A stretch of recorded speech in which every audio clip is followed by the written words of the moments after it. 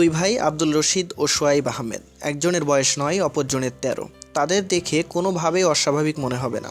স্বাভাবিক শিশুর মতোই হাঁটছে, ছুটছে, খেলছে, খাচ্ছে, কথা বলছে। তবে সূর্য ডুবে গেলে দুজনেই যেন পাথর।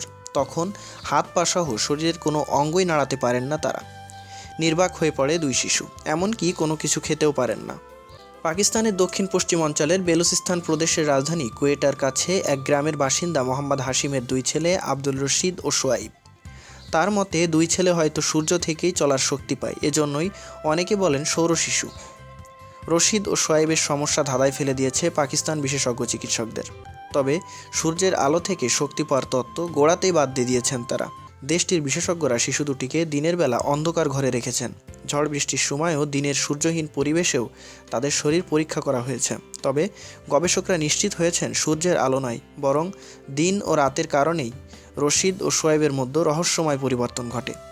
পাকিস্তানের ইনস্টিটিউট অব মেডিকেল সায়েন্সের শিক্ষক জাবেদ আকরাম বলেন, সূর্য ডোবার সঙ্গে আব্দুর রশিদ ও সোয়াইবের শরীর অচল হওয়ার কারণ তাদের জানা নেই। তবে বিষয়টিকে চ্যালেঞ্জ হিসেবে নিয়েছেন তারা। চিকিৎসা দিয়ে শিশু দুটি কার্যকর থাকার কারণ নিয়ে গবেষণা করছেন।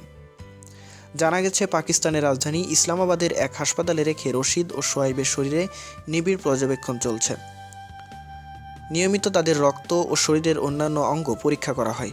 তাদের রক্তের নমুনা বিদেশের মাটিতে বিশেষজ্ঞ চিকিৎসকদের কাছে পাঠানো হয়েছে। আর কোয়েটার রশিদ ও সোয়াইবের বাড়ির মাটি ও পানির নমুনাও সংগ্রহ করেছেন বিশেষজ্ঞরা। দরিদ্র পরিবারের সন্তান রশিদ ও সোয়াইবের চিকিৎসার খরচ বহন করছে পাকিস্তান সরকার। রশিদ ও সোয়াইবের বাবা মোহাম্মদ হাশিম বলেন, তিনি ও তার স্ত্রী দূর সম্পর্কের আত্মীয়। তাদের 6 সন্তানের মধ্যে 2 জন অল্প বয়সেই মারা যায়। বেঁচে থাকা 4 সন্তানের মধ্যে অপর 2 জন পুরোপুরি সুস্থ।